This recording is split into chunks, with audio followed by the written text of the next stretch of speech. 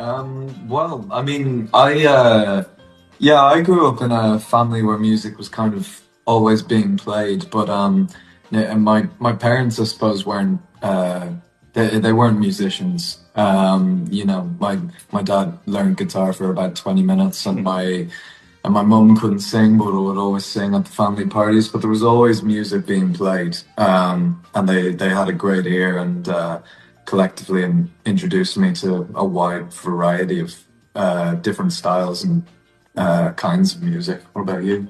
Yeah, same kind of here. It was always played in the house, but no one really played any instruments or anything like that. So I was, my granddad played a little bit of guitar as well, so he showed me his guitars when I was growing up. So that kind of gave me a good introduction. I suppose for me it would probably be David Bowie. Would have had the biggest impact on me growing up, or the Beatles. Beatles were always being played for all of us, I think. Um, who else? Who else? Gorillaz. Yeah, Gorillaz growing up. Yeah, Listening to them a lot. yeah. I think just how new everything was to us. You know, it was our first time properly being in a studio, so we didn't understand any of it, but we were excited by all of it, which was nice. Whereas now we understand all of it, and we're still excited by all of it. Yeah, I think just everything was so new to us, back then, and we needed a lot of hand holding to, show us what we wanted to make. A lot more baby faced. Yeah. And wide eyed. Yeah. Yeah.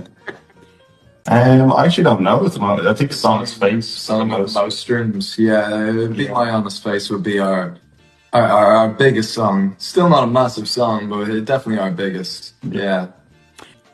Well, Eli actually had a demo made of the song. It was a little bit different sounding, and he played it to us before we played a show with this other Irish band that we're supporting in Castlebar, which is in Mayo in Ireland. But he was like, "Yeah, I want to play this tonight," and all of us looked at each other like, "Okay, we better learn this fast," because we had no idea how to play it. But it happened really fast. We went on stage, we played it for the first time, and I think even from that really ropey performance of it, it got the crowd the most excited, and we were like, "Oh, we might have a good song here," or whatever, you know what I mean? So It's funny that we're talking about it now because we only listened to that demo a week ago. yeah, For the first time in years. Kind of just reminding ourselves of where it started, I suppose. Yeah, we still enjoy it. A great oh, song. thank you. Thank you. It was difficult, not in the sense that we were trying to live up to how well received the first album was, but it was difficult because we just never really had a moment to have a break or to kind of distance ourselves in any way from the music that we were making. It was like any opportunity that we had to go and record while we weren't touring, we would take that opportunity. And so, from the time of the first album coming out to the second, to us finishing touring, it was like 2.5 years of just recording and touring. So it was tricky, but we're still very proud of what we were able to create given the circumstances that we were in. My favorite one is probably "Love Will Get You There," or "If You're Gonna Break My Heart." I think those two are my favorite ones. I really like Valentine and Now You Got Me.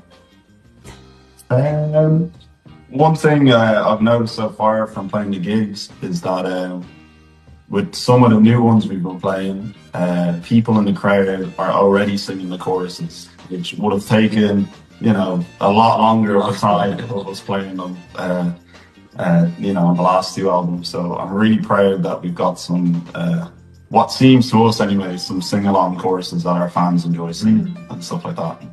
But no, that's been a really nice feeling. So, yeah, same for me. Oh, thank you very It's much. very kind of you. Thank you. Thank you.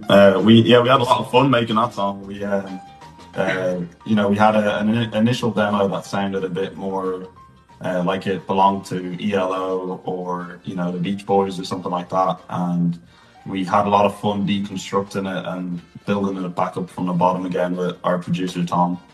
and he gave it that really filthy sound at the start that turns into a big gospely, chorus and stuff like that. So yeah, we're really, really happy. That took a lot of brain power, I'd say. Especially considering like the first demo was like 2 years before we actually recorded it, or even three. But the chorus kind of always stayed the same. Yeah. We were kind of like, okay, there's a great chorus in there. I don't think that needs to be touched. But the initial, intro to the song, we were thinking, I think we were saying, dare I say it, how can we just make it a bit cooler? Yeah.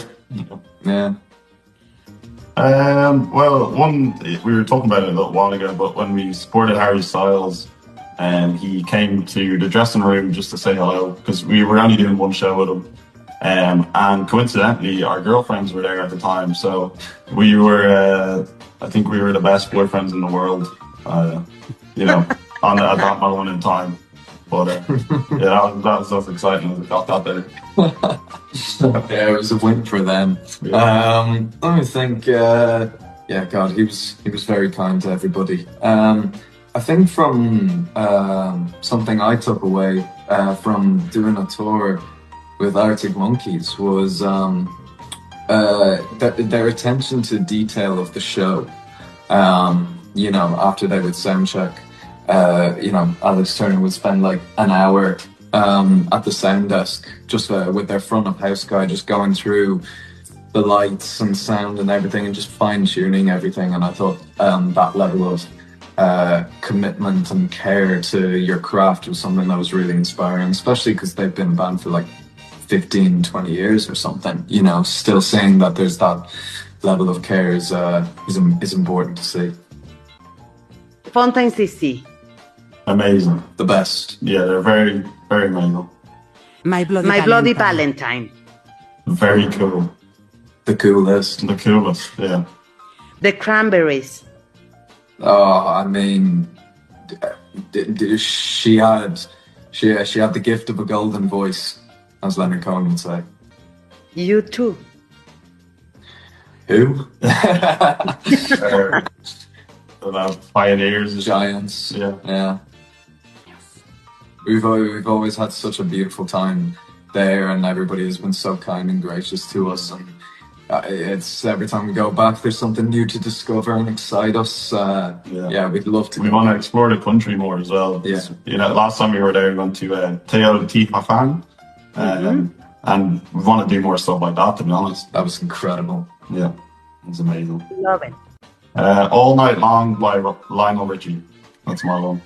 You've not done it yet, but if you had to, Yeah, that would be the one. I've not done this either, but if I had to, I'd do When Doves Cry by Prince. Ooh, cool.